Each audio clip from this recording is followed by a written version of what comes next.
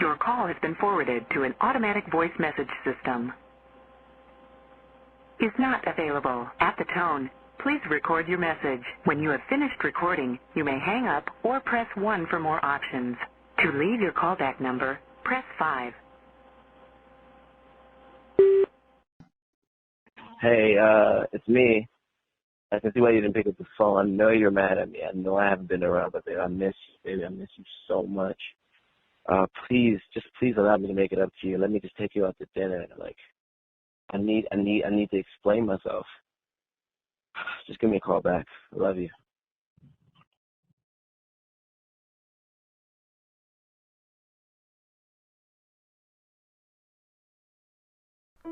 The moment I saw the results, all I kept thinking was, what am I gonna do?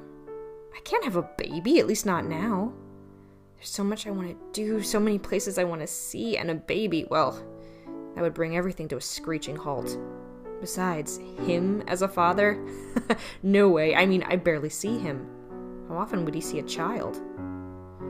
I grabbed my phone and I made the call. I remember my hands shaking and my voice trembling as I spoke. It was a conversation I never thought I'd have. But there I was, discussing my options.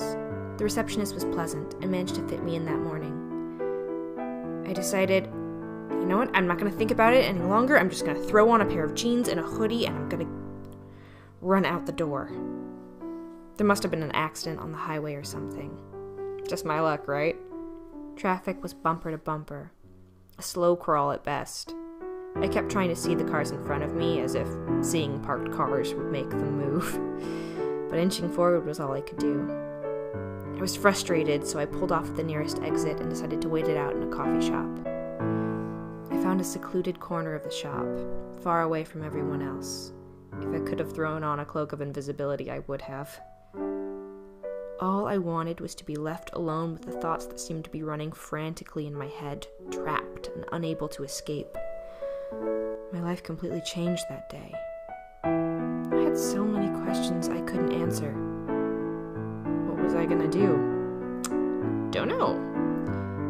How would I raise a child? Yeah. No clue. Would he be a good father? Chances are, probably not. I lowered my head and I fought back tears.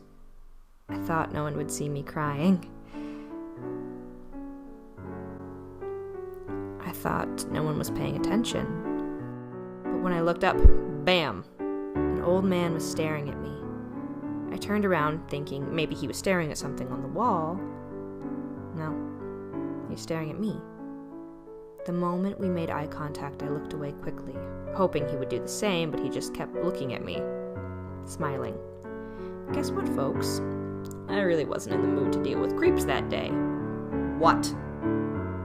I guess I'm not intimidating at all because neither the tone of my voice nor the look on my face kept him from approaching me. May I sit with you? I really wanted to say no, but I try to respect my elders, so I nodded. He pulled out the chair, and he stared. Forgive me, I know it's rude to stare, but you look so much like my granddaughter. Okay. Cool, I said, wondering if that explanation was supposed to make me less creeped out. I haven't seen her in a long while, and I miss her. Maybe it's not a coincidence that I saw you here instead. I honestly didn't care what he was talking about. I was just trying not to be rude, and I wanted to be left alone. He reached into his wallet and he pulled out a neatly folded piece of paper. It was a little bit tattered on the edges. My granddaughter used to write me notes as a child. Here's my favorite one. It served me well, and maybe I should pass it on to you. He handed me the note. He tipped his hat to me and he left the shop.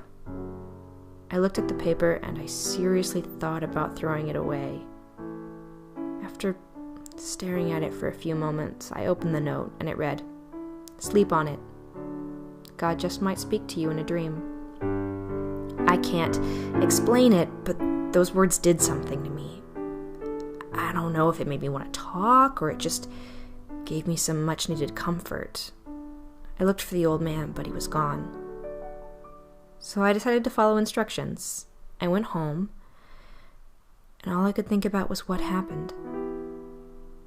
My mind was going a mile a minute trying to figure out if the traffic, the coffee shop, the old man, and the note were just coincidences.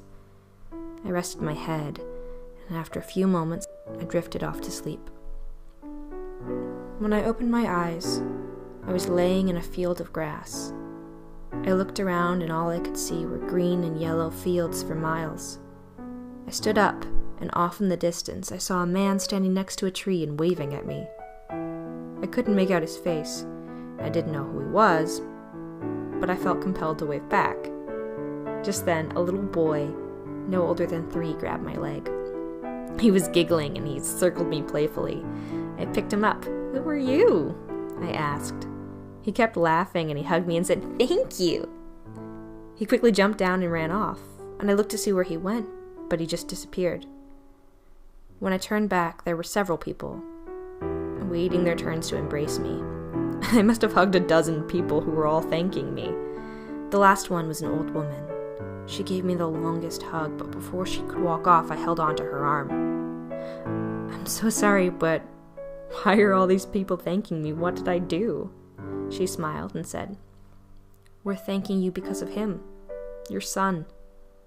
You raised such an amazing man. He saved my life." Again, I looked at the man waving at me in the distance, and I began to walk toward him. When he saw me, he started playfully backing away, forcing me to run after him. I found myself chasing him, trying to get a glimpse of his face. I kept yelling, "Wait! Wait!" But he just laughed and kept running. Exhausted and out of breath, I yelled, "What did you do for all these people? Who are you? Wait! I want to meet you!" He stopped and he turned toward me. I still couldn't see him. Then the sky grew darker and he just shot up into the clouds. My phone rang and it jolted me out of my dream. It was the clinic. The receptionist said, "We missed you today. Would you like to reschedule?" I waited what felt like an eternity to respond. I thought about my dream. I thought about my child. "No, thank you. No need to reschedule." I ended the call, and I laid back down in bed. For the first time, I knew I could do this. And I knew I wanted to do this, even if it meant doing it by myself. I thought about my baby, and I thought, I want to see you. I want to hold your hand. I want to meet you.